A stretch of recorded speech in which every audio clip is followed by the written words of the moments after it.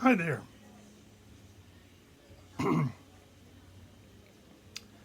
I'm going to tell you how I got to and fro to school when I was a child. And that means when I was in elementary school, going to Georgia Tucker School in Monroe, Louisiana. And the school was located facing Stubbs Avenue, and the rear of the school faced Roselawn Avenue. And it was between 4th Street and 5th Street. So that tells you where it was in Monroe. And the first grade that I attended there was in kindergarten.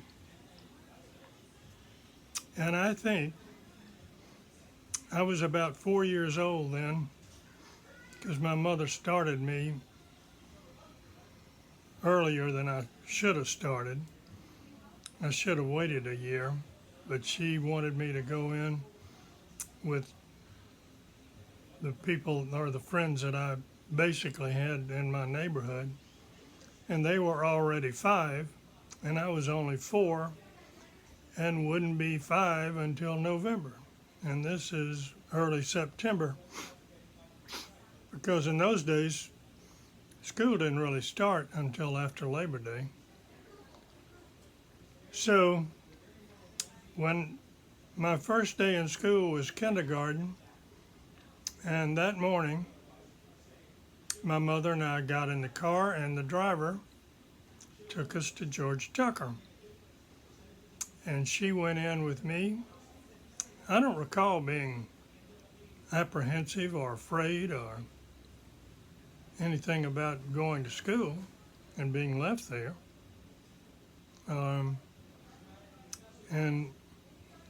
we went into the kindergarten classroom, which was behind the auditorium and stage, which also served as a choir room. So the minute we walked in the door, and I saw Ann Gerald, Linda No, Wendell Moody, Jim Wallace, to name a few of my neighborhood friends, any apprehension that I had disappeared and melted away immediately.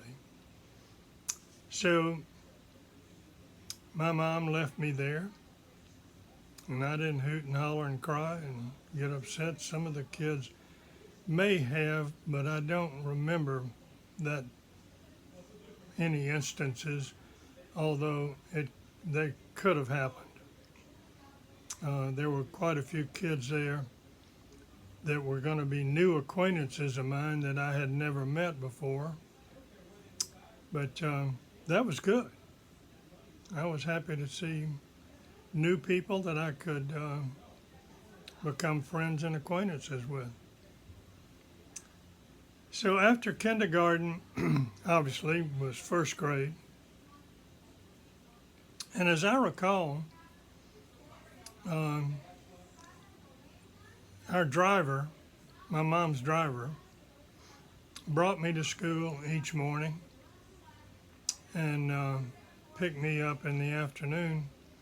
In fact, sometimes he would pick me up quickly, take me home for lunch, and bring me back quickly. So I made the whole round trip in or a little less than an hour. Consequently, I didn't miss any class time. And this, as I recall, was pretty much how I got back and forth to school through the first and second grade. When I got to the third grade, I was, in many mornings, I would walk up to the Kellogg's house, which was 1 block away, and ride to school with little Walter, who was a grade behind me, and his dad would drop both of us off at Georgia Tucker. In the afternoon, we all took the city bus. There were no school buses in the Monroe school system at that time.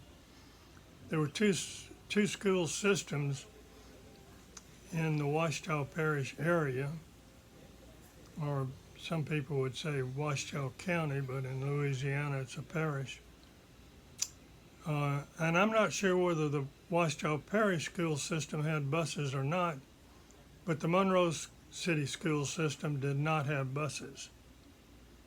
So in the afternoon, we would walk across 4th Street and over one block to 3rd Street and catch the city bus. And we had the most fantastic bus driver you could ever imagine. And you guys will know him as Papa Joe Cassio, whom you often saw when we went to have lunch or supper at the Chateau or Cassio's. Papa Joe started out in his early life as a young man as a bus driver. His brother Tony was a bartender at the Bayou de Sirte Country Club. Both of these men, working together over the years, saved enough money to begin a restaurant empire in Monroe and became quite wealthy as a result of that. But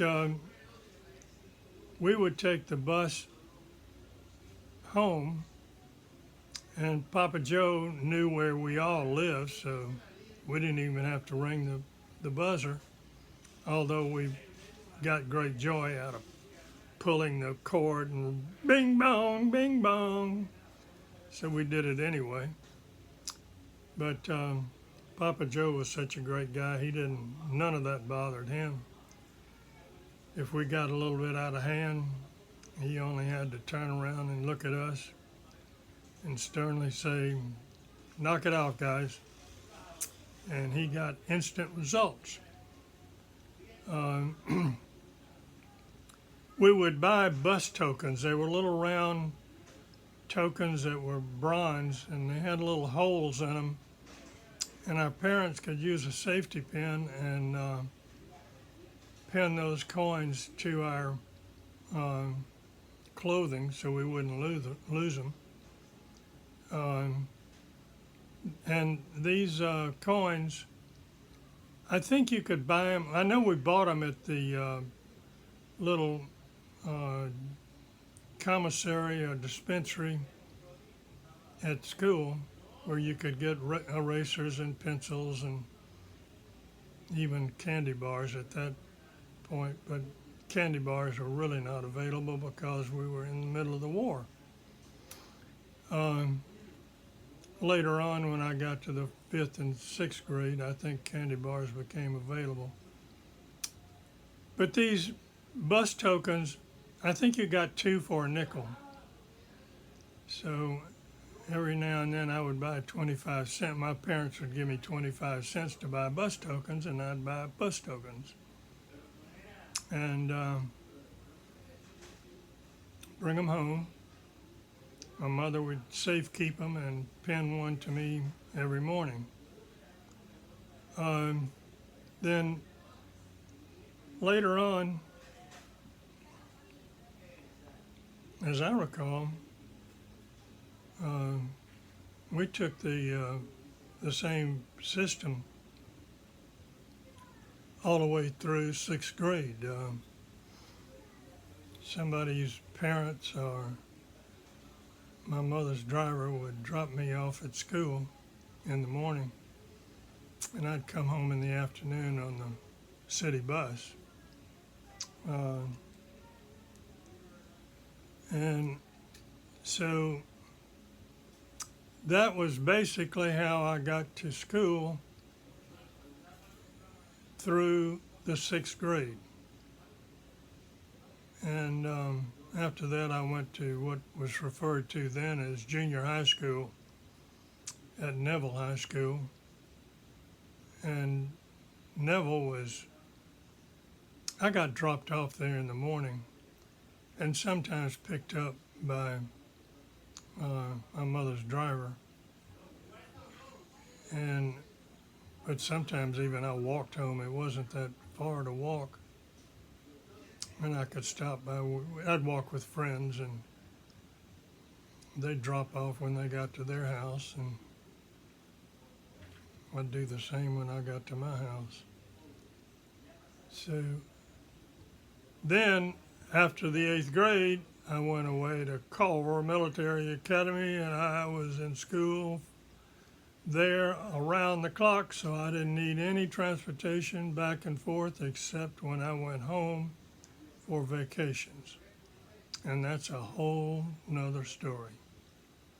Anyway, I had a fantastic time in elementary school and junior high school.